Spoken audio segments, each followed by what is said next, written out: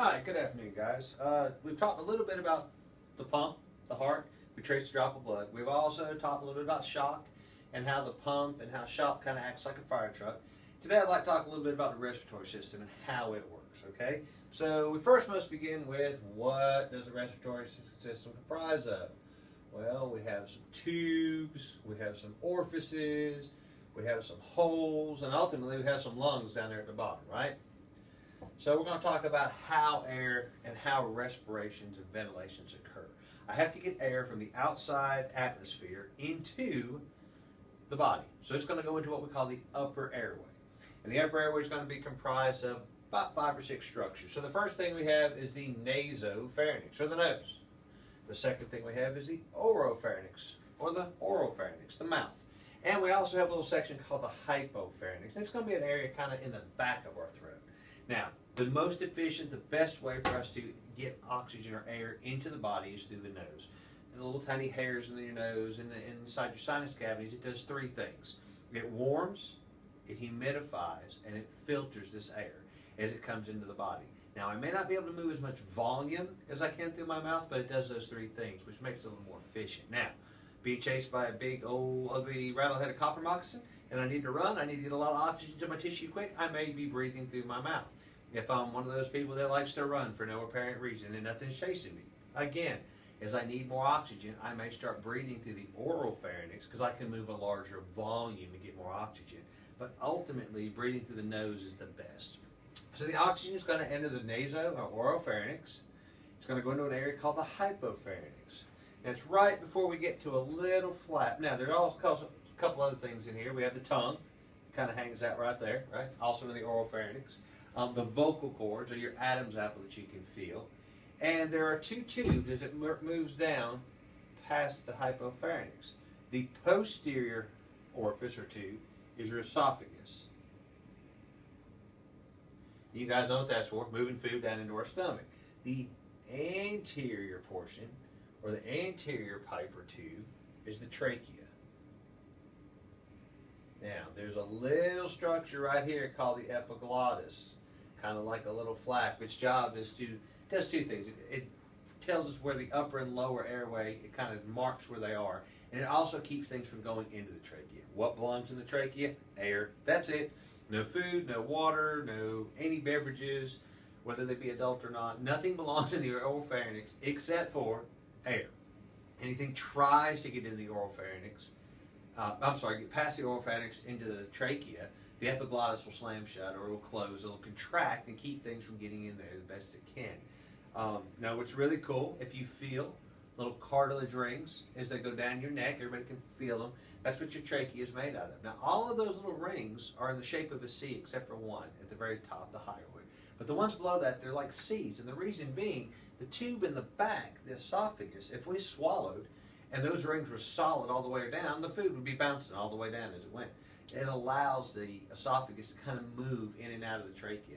If you think about it, if you ever swallowed a large piece of meat or something gets down in the back of your throat and it feels like you're choking on it after you swallowed it, but you knew that you swallowed it, it didn't go in your lungs, obviously, because you're breathing.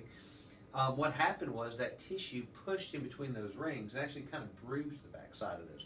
But each of these cartilage rings on the trachea, as it goes down, all the way down to about where your sternal notch is, where you can feel, are made up of cartilage. Now, at the sternal notch, we bifurcate, or we split into 2 separate areas. We have the right and the left main stem bronchi.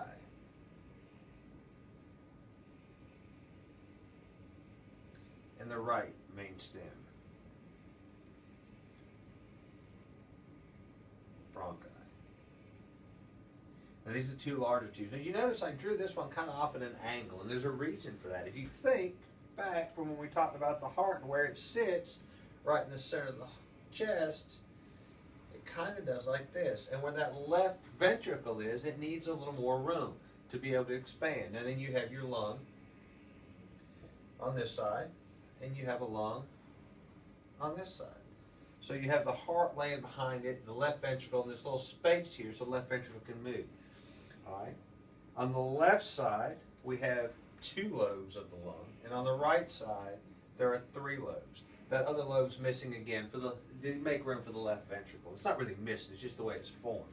Now these bronchi, the right and left main stems, they're going to bifurcate or get smaller and keep getting smaller, just like our vessels did. We have arteries, arterioles, veins, venules. Well, we have bronchi and bronchioles. And the bronchioles keep getting smaller and smaller until they get to the very bottom, where they have these grape-like structures, and there's thousands of them, and they're called alveoli. And alveoli is where gas exchange happens. Now, if you remember back when we talked about the circulatory system, we had to get down to the capillary level to get gas exchange. Same thing here. These alveoli or innervates are covered or full of little tiny capillary beds. So I take a deep breath, air travels into the nasal oropharynx, it moves down the trachea, it splits into the left or right main stem, bronchi down to bronchioles, bronchioles down to alveoli, and now the oxygen's just sitting there and it's waiting. And as the blood comes by in the capillary bed, that 1 cell thick capillary, it usually, at this time, is full of deoxygenated blood. Well, the oxygen that was waiting in these alveoli now are going to load onto that blood cell, onto that hemoglobin. As the oxygen loads on, the CO2 is pushed off. And now it is transferred back into the bronchioles, bronchioles to the left and right bronchi, bronchi to the main stems to the trachea, and then past the epiglottis and back out through the oronasal pharynx and back into the atmosphere. So we talked about tracing a drop of blood through the heart. This is tracing a molecule of air, nasal oropharynx. Through the nose is best because it warms, filters, humidifies, travels down the trachea, past the epiglottis into the lower airway. Lower airway is comprised of the trachea and the cartilage rings. It bifurcates or splits into the left and right main stem. Bronchi. Bronchi go to bronchioles. Bronchioles go down to alveoli that are covered with capillaries. Gas exchange happens. CO2 jumps off. Oxygen jumps on. The blood goes off to oxygenate the tissue.